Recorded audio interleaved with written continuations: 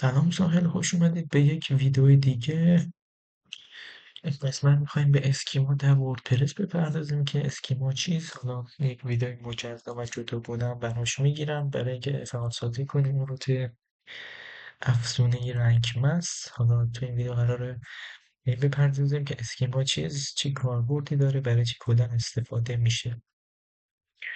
خیلی خوب، شروع کنیم این جلسه رو. اسکیما کلا، حالا توضیح مختصر من بخوام بهتون بدم، یک کد اضافی همون نشان گذاری شده و ساختار یافته است که اکثر افزونه‌ها مثل یوز یا رنگمز این قابلیت رو دارن. به محتوای سایت ما یه چیزی رو اضافه می‌کنیم تا گوگل و موتورهای جستجو بهتر بفهمن که محتوای صفحه ما درباره چی هستش. بدون اسکیما گوگل فقط متن مقاله ما رو میخونه و با اسکیما گوگل دقیقا میفهمه این صفحه مقاله است یا یه محصول یا دستور غذا یا حتی مثلا یک رویداده. حالا اینجا یه توضیح مختصر بدم که اسکیما یک نوع کد نشانه گذاری شده است که به گوگل و موتورهای جستجو کمک میکنه. در واقع به گوگل میگیم که این بس یه مقاله است یا همون توضیحاتی که من حالا بهتون دادم. چرا اسکیما برای سئو حالا مهم هستش؟ نتایج ویژه گوگل میشه مثل ستاره ها و امتیاز محصول، قیمت های موجود محصول، سوالات متداول یا FAQ و تاریخ برگزاری رویدادها رو میتونیم باهاش انجام بدیم.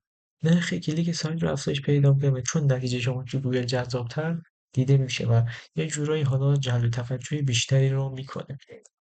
بخوام توضیح حالا راجع به هر کدومشون بدیم، این که حالا نرخ کلیک چون نتایج شما متفاوت‌تر و جذاب‌تر دیده میشه، خب بیشتر کلیک دیده میشه و درک گوگل هم برمیگرده به همون کمک کردن راحت‌تر و موضوع و ساختار محتوا رو بهتر میفهمه. نمایش جزئیات بیشتر در نتایج مثل ستاره‌های امتیاز، قیمت محصول و سوالات متداول و دستور پخت و غیره.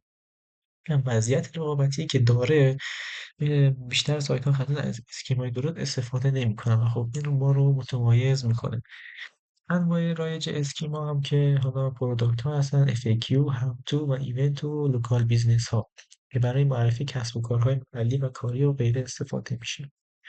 پروداکت‌ها برای فروشگاه‌ها، سوالات متداول هم که همون FAQ ها هستن، آموزش‌ها مرحله به مرحله، رویدادها و کنفرانس‌ها.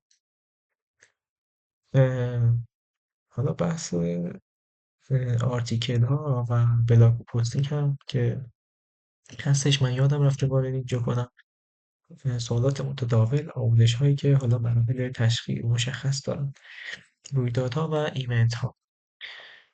بحث بعدی، بحث چطور در وردپرس اسکیما رو اضافه بکنیم. برسیم به اضافه کردن اسکیما به وردپرس. ما افزونه‌های جست و رنگمز به شکل پرمیومش ما میتونیم این حالا قابلیت رو اضافه کنیم. به صورت خودرو اسکیما برای مقاله و محصولمون اضافه میشه و رنگمز باید خب حالا به صورت زیادتر داره اون امکاناتی رو که در اختیار کاربر میذاره.